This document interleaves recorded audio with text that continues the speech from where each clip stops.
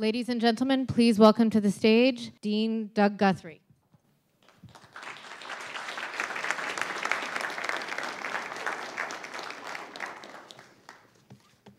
Good evening. It's so wonderful to see a packed auditorium on a beautiful spring evening in which we aspire to bring together people from the university community and the larger community of which we're a part to talk about important issues that are central to the evolution of this economy and the evolution of this country. As Dean of the Business School at the George Washington University, I have sought over the last 18 months to continue the tradition of positioning us as a business school and as a university as being a central part of the conversation of the intersection of business and society, and really thinking deeply about the core issues that drive what we're doing as the largest capitalist economy in the world, but also as an economy and a country that is dealing in some fundamental ways with many of the challenges that come with globalization and economic development and change. Now, as the Dean of a Business School in Washington, D.C., it's such a wonderful opportunity. We talk all the time about the intersection of business and society and the intersection of business and policy. But what that means is we actually have to make that come to life. We actually have to think about how to bring the people from this community together to talk about the core issues that we are facing.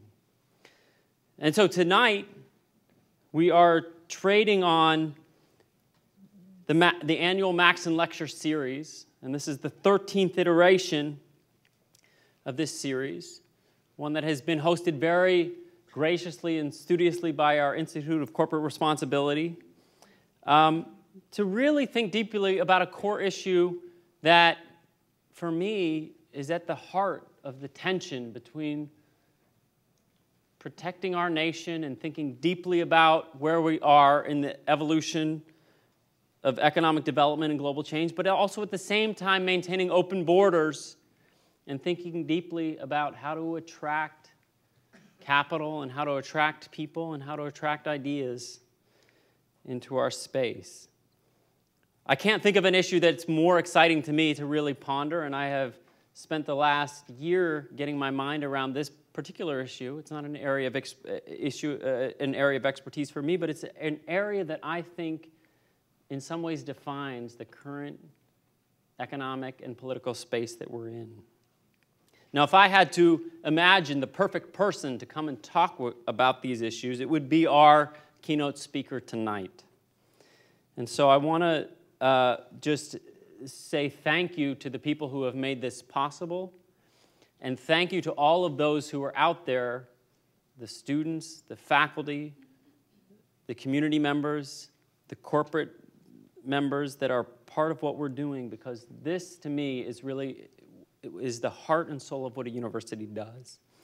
So without further ado, I'd like to introduce President Steve Knapp, the 16th president of the George Washington University, to introduce this year's Maxon Lecturer, of whom we're so proud.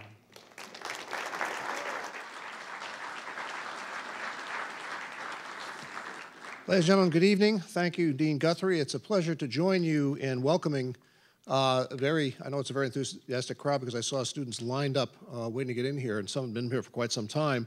But we also have quite a number of distinguished guests with us, students, faculty, staff at the George Washington University. I want to acknowledge Trustee Rick Knopp, University Trustee Rick Knopp, who's here with us. And we also have a number of guests from Northrop Grumman who have come here this evening. So welcome to all. And I am really delighted to participate here in the 13th Maxon Lecture. You heard a little bit from the Dean about how important it is for a university positioned as we are in the heart of this nation's capital to have the opportunity to convene discussions of the critical issues of our day.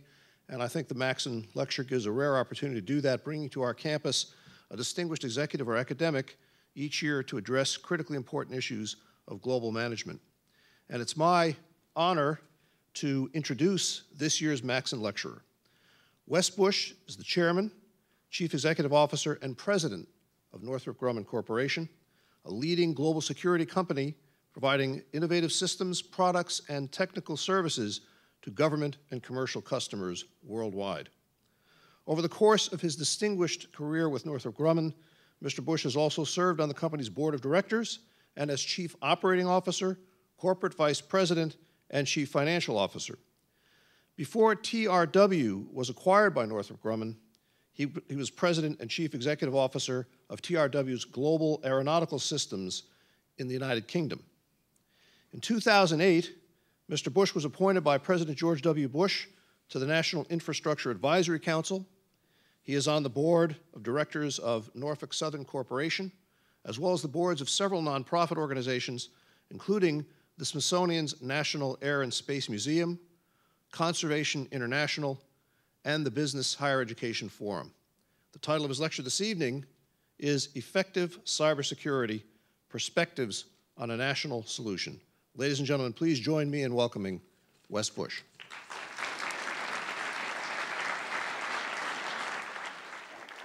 Really appreciate it. Thank you. Well, thank you, President Knapp, and thank you all for coming here this evening. I really appreciate you taking your time and spending it with us this evening. Hopefully this will be informative and thought-provoking, and I'm looking forward to some dialogue and engagement after I finish my remarks. So we all know that ours is the information age, and we live in an information age that's still quite young. Of course, I look out across this audience, and the definition of young, it probably means something different to many of us, but it's only a few decades old. And when you think about that in historical time constants, that's quite young. It's so young, and it's changing so quickly, that I think we would all be wise to avoid predictions of what is really going to happen in the coming decades. But I think we can make a few rather self-evident observations that pertain to the topic that we're here to discuss this evening. First, we know our use of digital technology is just absolutely pervasive. Every developed economy around the globe and every citizen in them is dependent on digitized information, from the food we eat, to the medical care that we receive, to the jobs that we perform every day, to our bank accounts, the entertainment that we all enjoy, communications, transportation, it goes on and on. Everything that we do is connected digitally, and there's an extraordinary interdependence. The other observation we can make is that our increasing reliance on digital technology makes us vulnerable. There's a struggle going on as we seek to defend our digital assets from attack by criminal elements, by nation states, and by those who are seeking perhaps an unfair business advantage through improperly utilizing assets that they didn't develop. So it's a constant measures versus countermeasures struggle in which, to quote the FBI's top cybersecurity expert, who just recently retired, and I think Sean is here with us this evening, we're not winning. So complicating this is the fact that these cybersecurity challenges are many and diffuse, and they exist on many different tiers, each of which has its own constituencies, interests, and imperatives. For example, to most Americans, cybersecurity is a rather personal concern, and it's primarily focused on identity theft, and that's certainly an important tier of the concern. But on another tier, businesses today face increasing pressure to ensure that they adequately address the security of the information on their networks, whether it be their own proprietary or business-sensitive information, or that of third parties, or perhaps the personal information that's on their networks that pertain to its customers and its employees. And then, of course, there's a third tier, tied directly to our national security. Our government must focus not only on the protection of its own networks when we're thinking about national security, but it also has to think about and focus on the national security of those private companies that provide the critical infrastructure for our nation. So their own network security becomes matters of national security. Examples would include our nation's energy suppliers, banking and finance, transportation, and companies like the one I lead, companies that supply the means by which our nations defend itself, collectively referred to as the defense industrial base. This tier in particular requires a healthy public-private partnership to address the concerns. So these cybersecurity challenges are what I'd like to discuss with you this evening. And I won't spend too much time on that first tier that I described, that level of personal security and personal identity theft. Instead, going with our focus on business in this lecture series and at this university, I think it's appropriate that we spend our time addressing the other two, those that concern businesses in general, and specifically the critical infrastructure providers that represent such a focus for the national security discussion. But before I do, I think it's important to state at the outset that the complexity surrounding the issue of cybersecurity challenges is incredibly complex. And that complexity necessarily drives diverse views on the solutions. The number of elements, dimensions, and interests is matched by the number of different viewpoints, approaches, and angles to the problem. So I'm here this evening to relate my views on what's going on and some things that we need to think about in addressing them. But I look forward to hearing some of your views as well here this evening, because any problem of this complexity is best addressed through the power of a broad, diverse debate. So what, in my view, do we need to do to address these risks? Well, first, we do need to recognize the magnitude of the stakes. And I think perhaps that's sometimes taken for granted that it's an issue, because I will tell you, when I interact across the landscape of other companies and other industries, there is a wide range of understanding as to the magnitude of the stakes. But the potential cost to every business of proprietary information loss and intellectual property theft are truly enormous. An example can be found in a Bloomberg article that was published last month entitled "Inside the Chinese Boom in Corporate Espionage."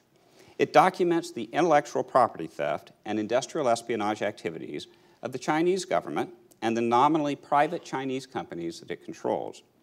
It also quotes General Keith Alexander, commander of U.S. Cyber Command and the director of the National Security Agency, who said that such government-sponsored intellectual property theft represents, quote, the greatest wealth transfer in history. Much of this industrial espionage is related, of course, to pure good old economic competition. Often the theft of intellectual property that took one company many years and great investment to create can be stolen, replicated, and used to offer similar products without that development cost factored into the pricing. The cybersecurity threat to those businesses that comprise our nation's critical infrastructure, however, is a particular concern that goes beyond a battle for market share. A study that was released last year by the Center for Strategic and International Studies found that more than half of the companies running critical infrastructure, so companies like power grids, energy suppliers, et cetera, have sustained cyber attacks or stealth infiltrations into their networks. Those attacks were greatest amongst oil and natural gas companies, 71% of them claiming to have been targets. The cost of these attacks in downtime alone has been an average of about $6.3 million per day per corporation. And of course, these are the ones that are reported, that are understood. Simply has no accounting for those that are not. A graphic illustration of these infrastructure vulnerabilities was performed through an experiment that a group of scientists and engineers with the Department of Energy performed back in 2007. They wanted to see if they could destroy a power generator just by using the internet, and I'm sure many of you have seen the little video clip of this happening. And you all know that they proved that they could do this. In fact, they could do it, I think, more quickly and more easily than they had anticipated going into the experiment. They concluded that such a cyber attack would knock a power plant out for months. So it's one example, and we can all postulate different scenarios around what's been called a cyber Pearl Harbor. In fact, it makes for great movie making, all these ideas about what could happen and what could go wrong when adversaries attempt to exploit our national digital vulnerabilities. Whether we're talking about our critical infrastructure industries or we're actually talking about the networks that our government relies on for its own conduct of business. But even without a single large calamity, these daily attacks hurt our economy and, of course, our individual pocketbooks. In the examples that I talked about, each of us pays higher costs and higher energy and gasoline bills when the cost of doing business for these corporations increases. Finally, let's not diminish the threat of cyber attack to our very culture and ultimately to our way of life. Those things that are best about America are also some of the things that make us vulnerable. Our freedoms, our expectations of privacy, the limits on the reach of government into our private lives and our businesses. Some among us might question whether those foundations on which our nation was built are worth risking to shore up our nation's protections against cyber attacks. Well, I suggest to you that the challenge for our economic security and ultimately for our national security is to strengthen those foundational principles while protecting our information systems. So why is it so difficult for a company to establish an effective defense against cyber attacks? To a large extent, it's because, particularly with respect to the critical infrastructure threat, the sharing of threat information is critical but complex at the same time. And how that information is shared is often the source of concern when the issue of privacy is considered. If you think about it, sharing threat information between businesses and, of course, between government and business is absolutely necessary in the fight to defend a company's digital information. Few attackers focus on only one company in a given sector. So you can imagine how much more effective our collective cybersecurity defenses would be if cyber threat information related to specific threat methodologies, such as known bad sites or malware or social media probes, was freely shared on an efficient, timely basis among similarly situated companies. The need for cyber threat information sharing would be even more obvious at the public-private tier. Providers of critical infrastructure currently find information sharing among their government partners in the national intelligence and law enforcement communities very, very difficult because it raises sensitive and complex issues. Individuals value their privacy, particularly when the government is involved. But the fact remains that the cyber defense of our critical infrastructure simply is not possible today without cyber threat information sharing between these three communities. A good example was offered again by General Alexander. Last month, he testified before the Senate Armed Services Committee. He told them about an incident in which the National Security Agency detected a foreign entity trying to steal 3 gigabytes of information from an American defense contractor. Current information sharing rules would not let him warn the contractor of what was just about to happen to them. General Alexander likened it to seeing a cyber intrusion happen, which he said was happening at network speed, while trying to send a regular mail letter to them telling them that they were being attacked. As he told the senators, there has to be a better way of addressing this problem. So let me take a moment to tell you about the National Infrastructure Advisory Council. It's called NIAC for short, and as President Knapp mentioned, I'm serving on the NIAC and have been serving on for a number of years. I will tell you that experience has been eye-opening for me, not so much from the optic of having some insight into what the threat profile looks like, because we get to see that as a defense industry directly, but more from the perspective of having some insight into how other companies that are not in the defense industry perceive this issue. The job of this council, the NIAC, is to provide the President with advice on the security of the nation's various critical infrastructure sectors. And NIAC recently produced a report on intelligence information sharing, and if you're interested in the report, you can pull it up. Just Google NIAC on the web and pull up the report. It's actually titled Intelligence Information Sharing. The report is premised on the principle that information sharing is perhaps the most important factor in the protection and the resilience of critical infrastructure. So what exactly do we mean by information sharing in the report? So again, referring to the report itself, let me quote, "Information on threats to infrastructure and their likely impact underlies nearly every security decision made by owners and operators, including which assets to protect, how to make the operations more resilient, how to plan for potential disasters, when to ramp up to higher levels of security, and how to respond in the immediate aftermath of a disaster." As I mentioned earlier, Northrop Grumman is a member of one of our nation's critical infrastructure sectors, namely the defense industrial base. Because the Department of Defense depends for so much of what they do on the defense companies themselves that comprise this base, and because effective cyber defense depends on cyber threat information sharing, the DoD took an early step in this process and set up a framework agreement to facilitate cyber threat information sharing among defense contractors and the government. More recently, it established a pilot program to help figure out how to share more sensitive government threat information. This was an interesting pilot process, and like most good pilots, it was set up to illuminate what wasn't working as much as what was working. And what the pilot program showed was that the technical aspects of information sharing are actually pretty easy to tackle. We know how to do this from a technology standpoint. It turned out to be the legal and sometimes the cultural obstacles to information sharing that were the biggest problems that we had to work our way through. So how do we address these problems? In a nutshell, we need to advocate legislation and policies that put in place a workable, effective, and enduring cyber defense that includes adequate privacy safeguards and limits, particularly with respect to government participation. So this might sound unusual. Here's someone from the business community talking about wanting legislation, which ultimately tends to have some regulatory dimension to it. But that's what we need in this case. It needs to be done correctly. Any framework that allows information sharing between the government and the private sector should include the necessary legal protections and incentives that will keep the innovations coming, because it's innovation ultimately that ensures the constant improvement of our overall cybersecurity posture.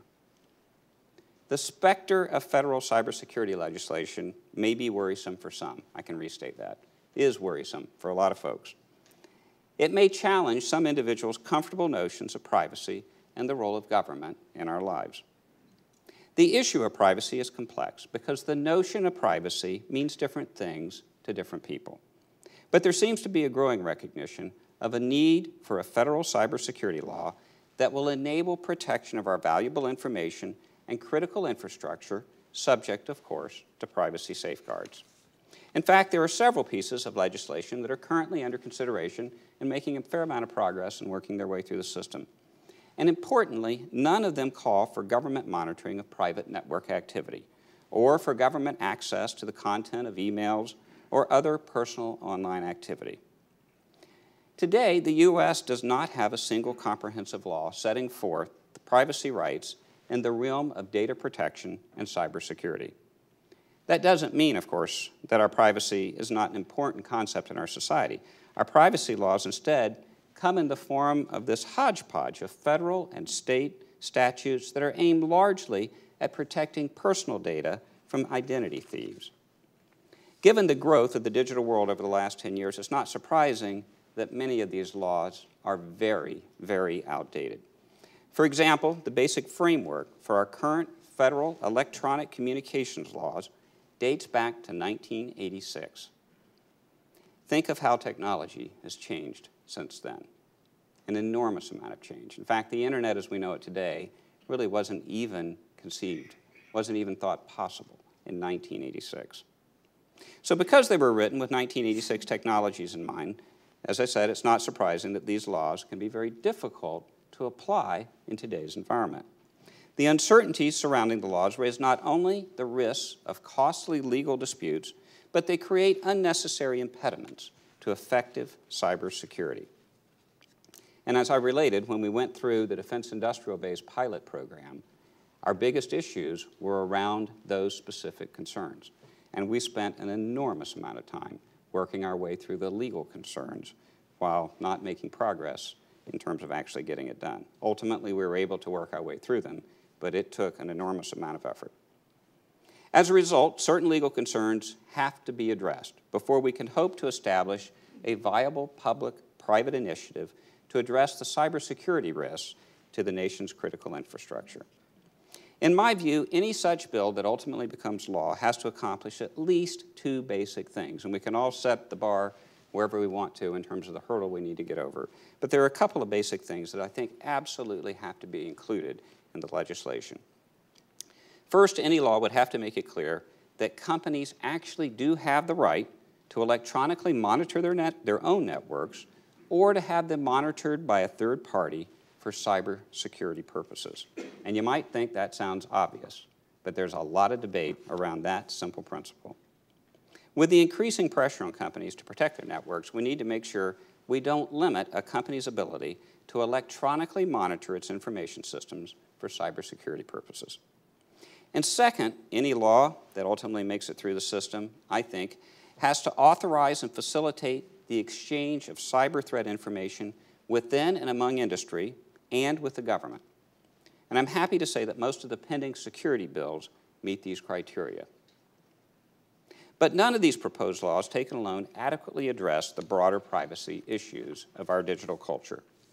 They could, however, be the catalyst for the national conversation about the proper balance of privacy, of data security, that I think we need to have before we can hope to defend ourselves.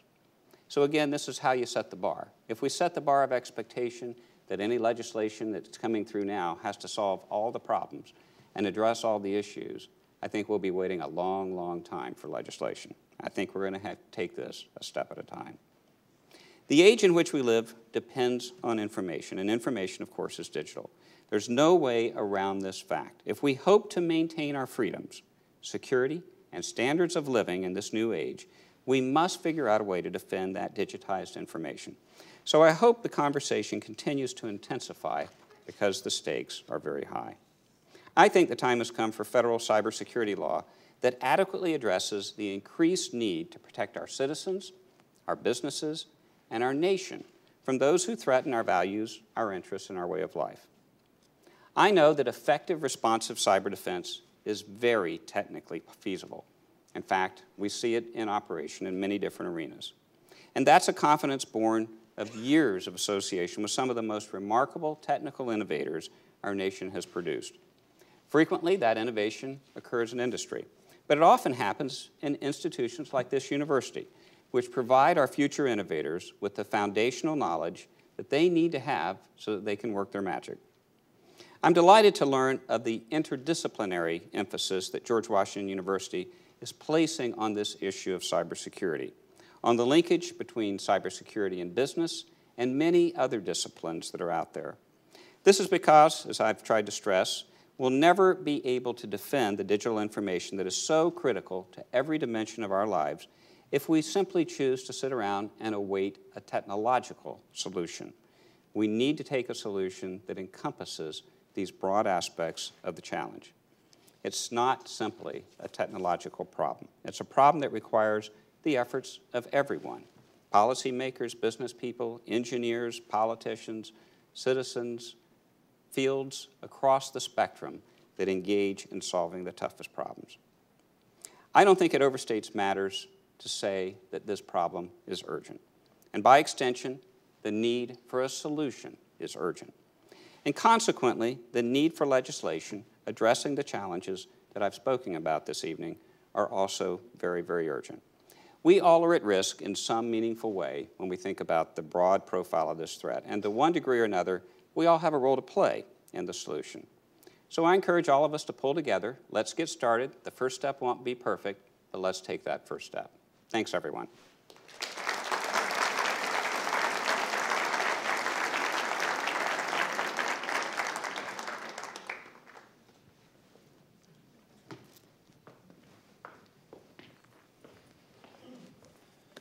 Thank you, Mr. Bush. That was a wonderful talk. No, thank you. Please.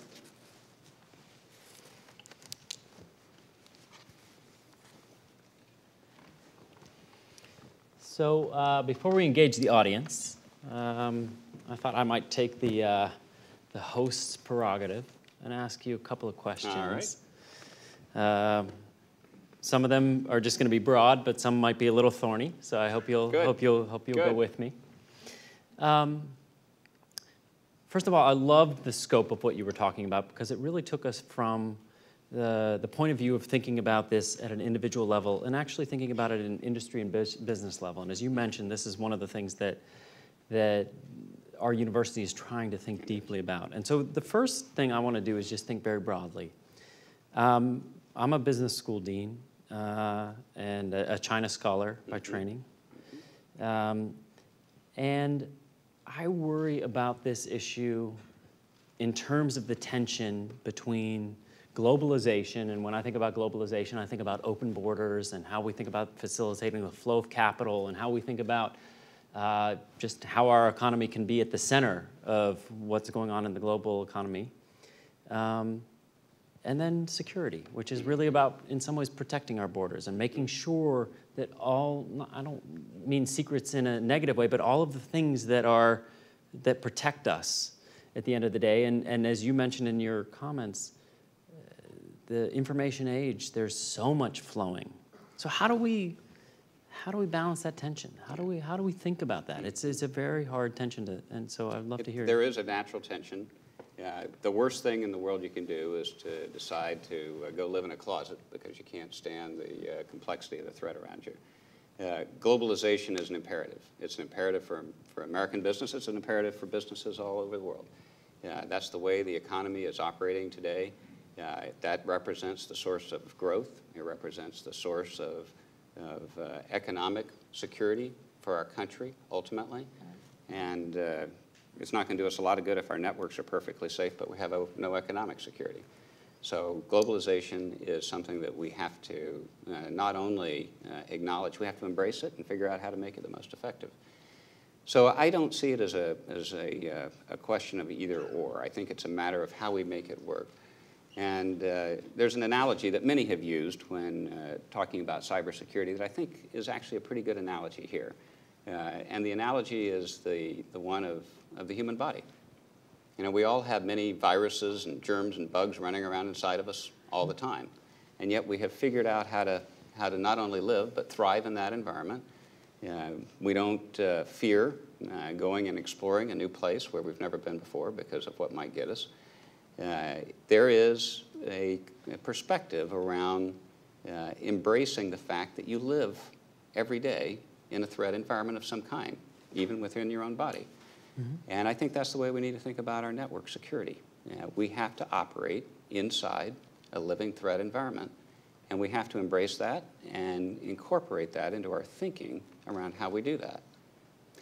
And businesses have to do that as well in a very thoughtful way, because it's a natural viewpoint within businesses oftentimes to say, all right, we're going to figure out exactly how to defend our network, and we're going to put a lot of investment in that and rely on that completely. I think we're evolving to a place where businesses are having to think more carefully about what do you actually put on the network, and how do you make that actually work from a broader network security perspective. So it's an interesting idea. Does that, in your view, actually lead us down the road to more innovation? I mean, if you have to push companies to think more carefully about what the systems, I mean. Absolutely it does. It forces companies to think differently. In fact, I think it's a very healthy process in many respects, because it makes you think not just about your network, it makes you think about your business. And what is it that is ultimately of extraordinary value to you? You know, I will say that many businesses for a long time have sort of taken it on face value that if you develop intellectual property, then it's really yours and you can rely on that ownership. Mm-hmm. And you have to think carefully about that. That's changing in the world that we're in, and it's changed in a lot of business models, and you've seen it with the business model in the music industry, right, in terms of how that plays out. Interesting. And I think we're going to be seeing that thought process change more globally. Yeah. So I want to take that a little bit further and think about issues like national security. So you have globalization in business, and then as the overlay or the kind of protectorate of that, you also have issues like how a country defines its boundaries mm-hmm. and actually helps build that balance. And here I have to just kind of say, as a China scholar that gets brought into these conversations sometimes I'll find myself in a conversation with somebody who will be, you know, privy to information that I don't have, and they'll say, well, I can't really tell you what's going on, but like we know, you know, that there's stuff that you don't know, which I take, you know, like I'm just a civilian, so I don't really know like a lot of things that are going on in these conversations, but I'm interested in this balance between transparency on the one mm-hmm. hand, and as you mentioned in your comments, some of the things that we pride ourselves on are mm-hmm. kind of the democratic process and freedom of information and the flow of information, and that's maybe in some ways what has made our economy robust in these flows. But I'm interested in that, the tension between that transparency and the necessities of control. Like sometimes it's necessary for a government to step in and say, like, you know, we got this. Mm-hmm. And so I'm kind of mm-hmm. curious, like, how do you think of that balance? Yeah. I think there's always a tension, you know, when it comes to cybersecurity. There's always the tension in any form of a realm such as this, where you have techniques and methods for gaining information that you don't want to put at risk by what you say about that information. So you always have to navigate your way through that. But I would liken this one more to the perspective that many companies use to encourage internal reporting of problems. We have in our company an open line system, and we encourage our employees to call if there's a problem going on, and we make a commitment to keeping that private. So that's a little different level of engagement than a classified matter.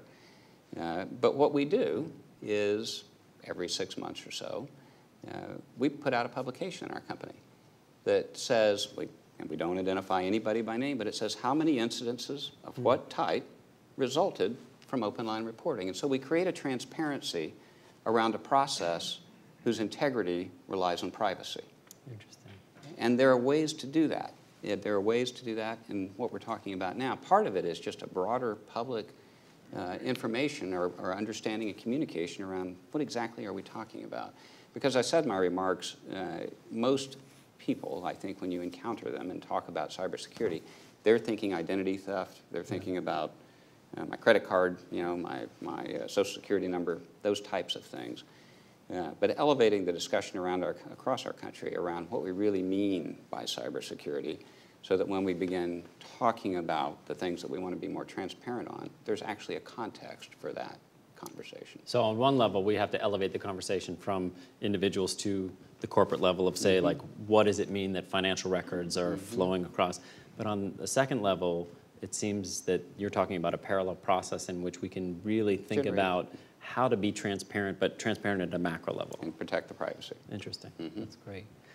Okay, I would be disappointed in myself, and I'm sure others that know me would be disappointed if I didn't ask a question about China, so I hope you'll allow this. But I'm actually interested in not the sort of standard question about China, which is, usually the Huawei and all of these kinds of things. I'm actually interested in a different issue, which is that in some ways I think China's success has been really driven by a decentralized process. They created competition amongst the localities. They kind of developed a very decentralized system. And in some ways, we actually often code China as being this state-driven authoritarian economy that is surely, like every time there's a cybersecurity attack, it's coming from Beijing. But the reality is it may be coming from some group of 50 people working off in Xi'an or Xinjiang province or who knows where. And how do you then distinguish, okay, of course you have a cybersecurity threat and you need to defend against it, but how do you deal with the balance of coding that as a China threat versus a private sector threat versus it just gets very complex at this point to trace these things back, and I'm just very curious. It is extraordinarily complex. And I would agree with you. I think we oftentimes code China for the broad problem. And China is not the only country that has this set of issues that emanate from within its borders. There are a number of countries that represent that sort of issue. But yet I think it's oftentimes, again, I go back to taking the complex and making it understandable. This is part of the language that has developed around cybersecurity because everyone sort of expects that that's what's going on. I think in part because of the history of intellectual property issues in China for so many years that the government did not deal with, ultimately began to engage on it, dealt with it in a way that many companies feel more comfortable today with that. But I think that is out there in the popular understanding of kind of the history of how China dealt with a particular issue, and so it perhaps makes it easier to cast China as the primary source of concern. So from my perspective, number one, it's not only China that we have to worry about. Okay. If you're doing business anywhere around the globe, you better be worried about it. And number two, within China, China's, as you point out, is not a monolith. There are all different aspects of the society in China and different organizations within China. Now, I would say that we probably see coming from China a little bit more state-sponsored activity than we do other places. And so there, I think that aspect of it is probably fair. But I completely agree with you. Painting the entire country with one broad stroke would be a very, very limited view of the reality. And does the cybersecurity industry have the mechanisms internally to figure out what is state-sponsored versus what is, or is that? It's a complex challenge. Yeah. I would say that there's opportunity for continuous innovation there. To go back to our first point. Good. So this next question ties into a little bit your role as an expert in this industry. And I'm just, in some ways, fascinated by the evolution of the internet. Mm-hmm. I mean, I think a lot of people don't realize or remember that the internet was formed. I mean, its predecessor was something called DARPANET that was formed in the 1950s, right? That was set up as distributed networks in order to decentralize information, right? Like the whole point was if there was some kind of attack on our information infrastructure, what would we do? And oh, you should have this system that you can't pin down. So in some ways, the entire logic of that system has actually led to our inability to actually defend the system. Mm-hmm. And so, as somebody who thinks about this industry all the time, I'm. No, it's an amazing legacy and development over time. If you look back at the mindset around defense in the 1950s, it was more around physical security, right? And the idea that you could have a network where you could distribute information nodes and distribute information storage inherently looked more secure, right? Because if one place got taken out, you've got it backed up, you can access it, however you want to think about it.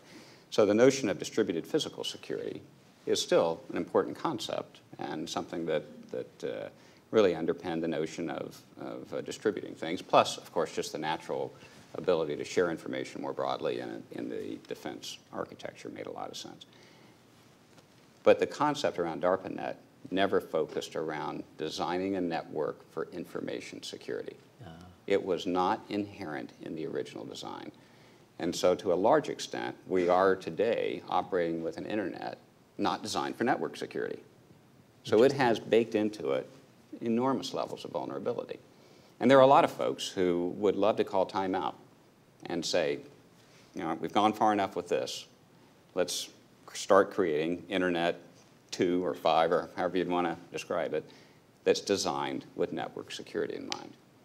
Now, we'd all love to do that. It'd be a great thing, but think about infrastructure development costs and replacement costs. It's a good debate, but I don't see a lot of momentum in that direction quite yet. But it's actually something that's being studied in a number of places, including a number of the universities that are developing protocols and approaches to having an inherently secure network approach. So the first thing that's interesting there for me is I actually didn't understand that piece of the history. I thought that it was all developed about distributed knowledge networks, but that. But the second thing that's very interesting, having spent a lot of time in China and seeing what it means to actually operate in a state that can shut down the network. Oh, yeah. As an American who prizes freedom, like, I don't want to be a part of that.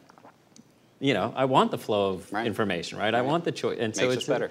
Yeah, and so it goes back to the initial point that you were bringing up in your talk, that like these are the things that make us strong as a democracy. Absolutely. But at the same time, they are the things that make us vulnerable. And so how do we, that's a tough set of issues.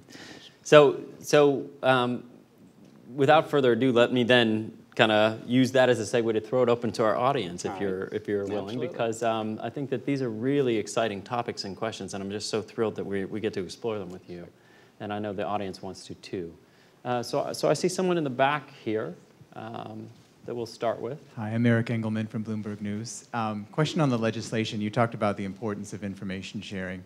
How do you feel about a bill that's one of the central pieces of cybersecurity legislation out there, the Lieberman-Collins bill, which envisions giving the Department of Homeland Security the ability to set standards for companies around cybersecurity?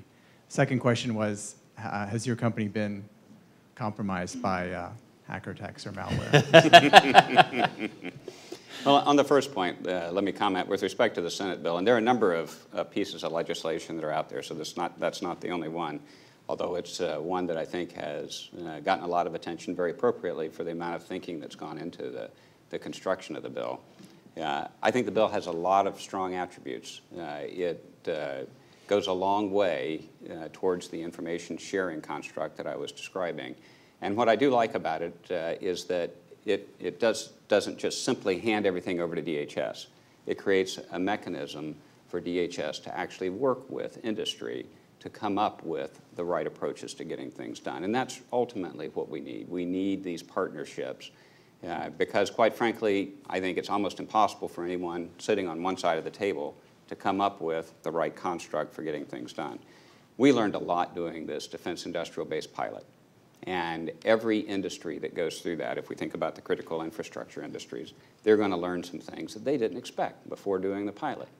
So we need to have that sort of partnership approach. As painful as it is to actually run some of these pilots, we need to have that partnership approach to learn so that then we can create the environment that DHS can use to set standards. And I do think standard setting ultimately is going to be a positive thing. As I remarked in my comments earlier, it's not often you hear someone from business saying, well, let's set some more standards. But setting standards actually helps, because if you're a company that's not an expert in cybersecurity, you don't want to make a big investment to get protected and find out 6 weeks later you missed because you thought this is what you were supposed to be doing, but you didn't quite get it right.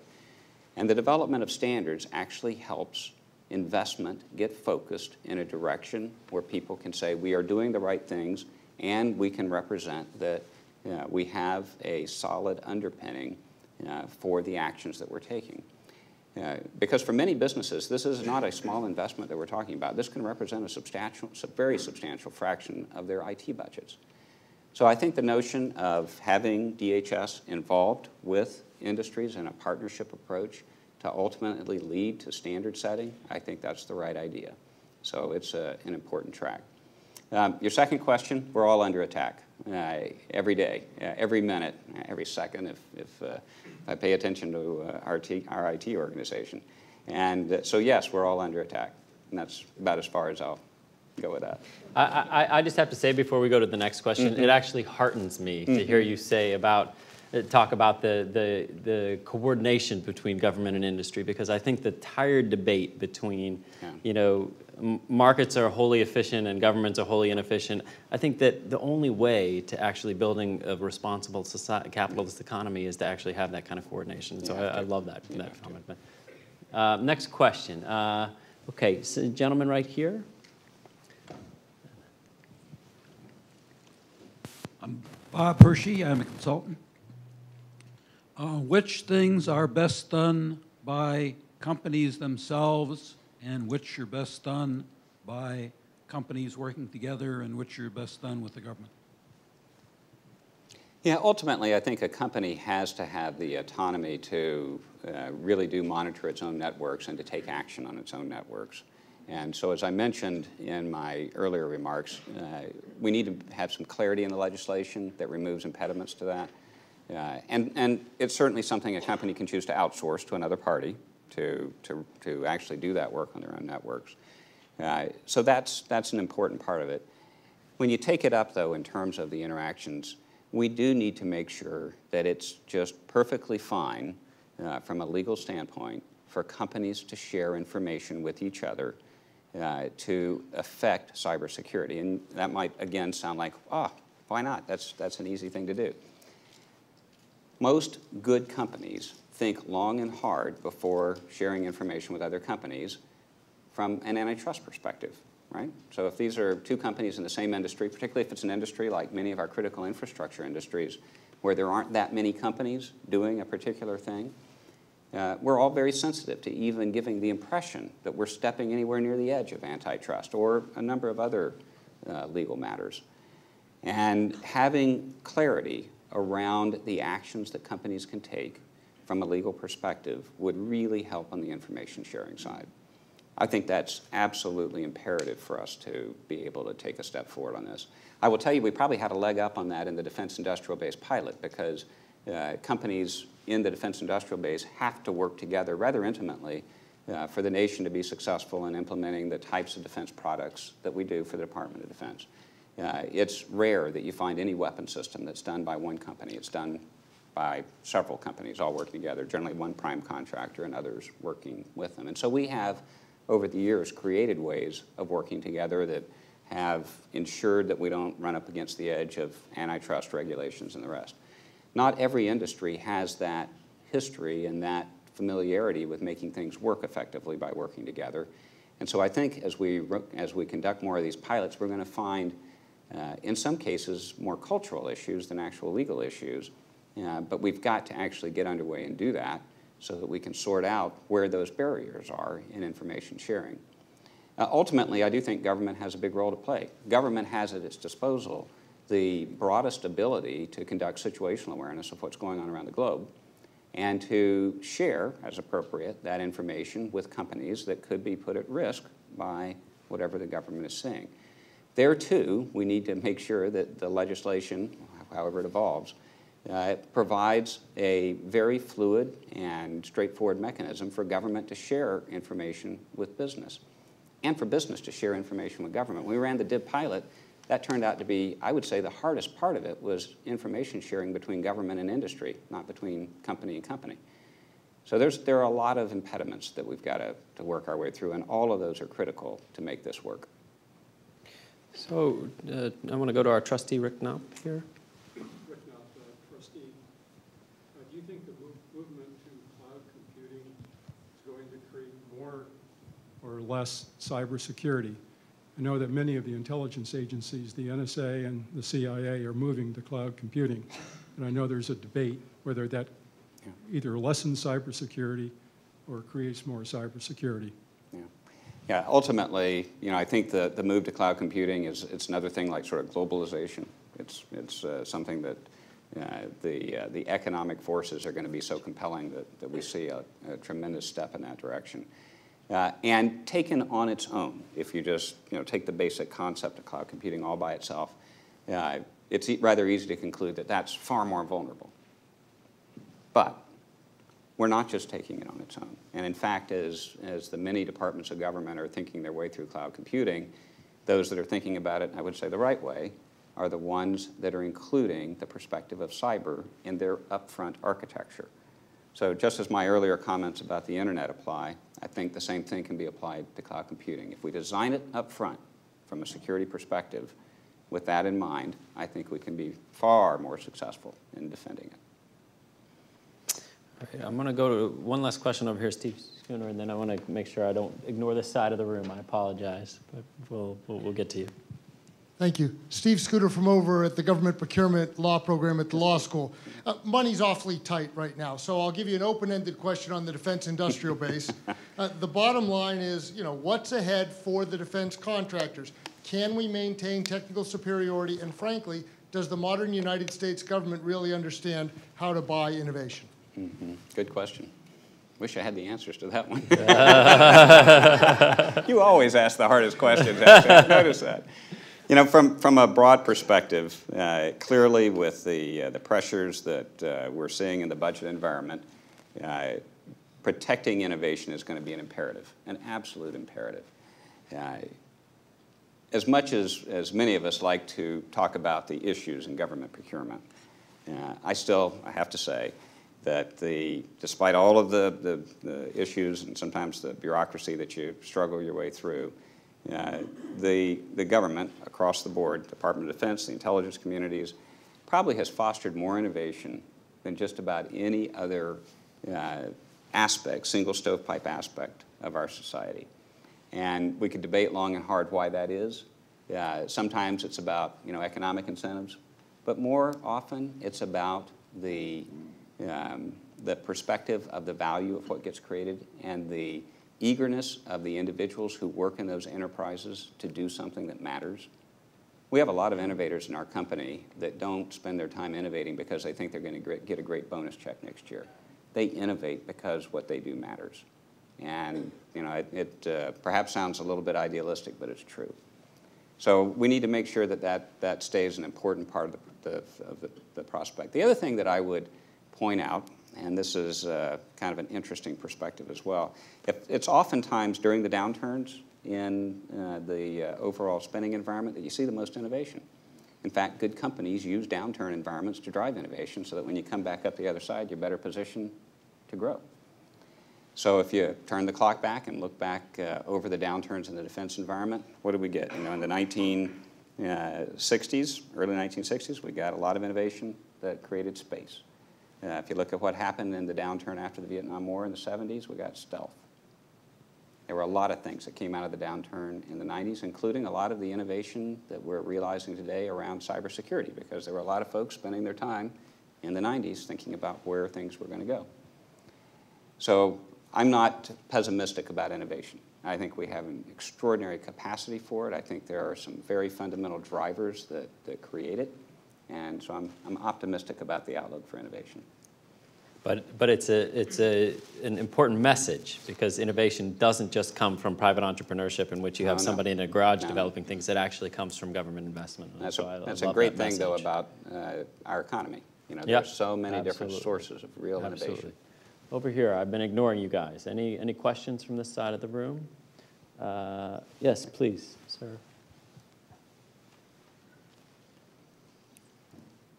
Thanks. Mike Barrett, I'm also a defense consultant. But my question was actually more about the issue of cybersecurity when it comes to the tragedy of the commons. So you have these folks such as yourselves who run large companies and they're willing to spend a lot on it, but then, you know, we're all only as strong as the weakest link. Absolutely. And I'm just curious to hear your thoughts on that.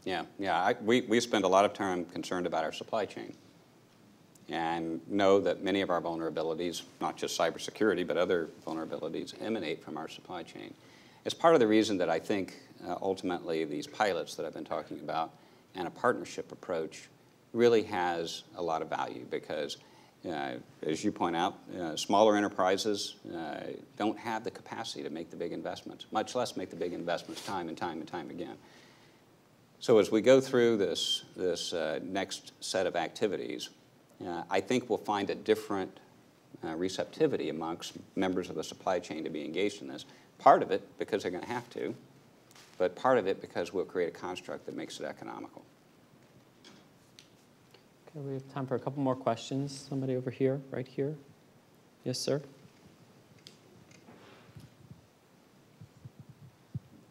Hello, Mr. Bush. Thank you for being with us today. I'm a sophomore in the business school, and obviously you have our respect being CEO of such an important company, as well as being on the forefront of cybersecurity defense. So my question is, what advice would you give my classmates and myself if we want to get into defense contracting and if we want to get into the complex issues relating to government business and cybersecurity? You know, I think there are several aspects to it. One of them, though, is something I mentioned in the talk and have referenced a few times here. Individuals that bring a broad perspective as we deal with more and more complex issues are individuals that bring more value to the discussion. So the opportunity to engage in interdisciplinary perspectives on things like cybersecurity, and I can pick many of the different things that we're involved in as a company, folks who can bring that broader view make a big impact. And so I would encourage you to take full advantage of an institution like George Washington University that not only offers you that opportunity, but also bakes it into the way the university thinks about what's good. So that's sort of first and foremost in terms of what you can do now to prepare yourself to engage in it. The other thing I would say is bring real passion for it. When we think about the employees in our company, that's a big part of it. If you're on the team, you're really on the team.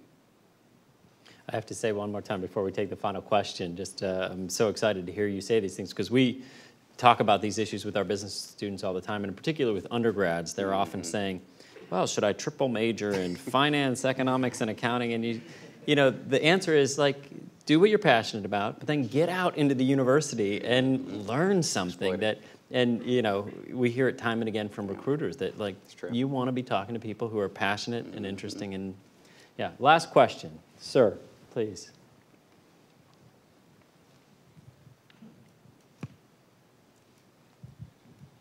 Good evening. Good evening. Adam Mattina. I'm a business student and information security professional. My question is, I'd be interested to hear maybe just a brief story about some of those more unusual perspectives from the NIAC, and if you see our industry, if ever, moving away from fear, uncertainty, and doubt as a value proposition and onto something a little bit more meaningful and business driving. Mm-hmm. Well, every company that I've interacted with from the NIAC perspective, you know, you start with, oftentimes when it comes to something like information security or cybersecurity, you start actually with very little knowledge across most of the industrial landscape around what it really means, what we're really talking about. And so once you go from little knowledge to lots of knowledge, that's when you get to the fear part of it. Because like most things, when you learn something you don't know and it's not good, your first reaction is, uh-oh, this is awful. But the discussion rapidly transitions from that into business. And as I said earlier, businesses have been a little bit stymied on making progress on information security for a little bit of a concern, a big concern, I should say, over how do we really do this from a cost-effective standpoint? How do we make investments that we know, number one, will pay off, that actually get a return on the investment? You know, most of the companies we're talking about here are publicly traded companies, and even private companies care a lot about getting return on investment. So you have to be able to translate the discussion into business terms pretty quickly. And to calculate a return, you need to calculate either what you're going to gain or what you're not going to lose, right? So those are the types of discussions that we actually get to fairly quickly with most enterprises that are learning their way into thinking about information security on a different level than they had previously. But it's going to come down to the business principles. Because if you're simply telling someone they have to do it, you'll get minimal compliance. If you're helping them understand the why, then you're going to get the level of investment that I think is appropriate to address this issue. Wonderful. Mr. Bush, thank you so much for coming. Thank you. Such a wonderful thing. Amazing. At this point, I'd like to invite President Knapp up on the stage.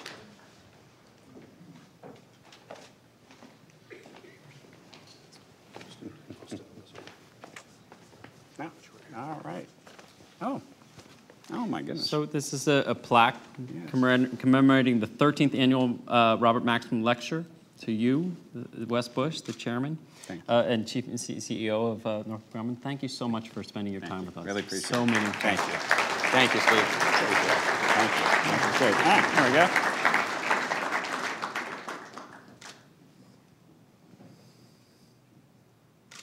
All right. Thank you. Thank you. Thank you so much. Thanks, everyone. Thank you all for your participation.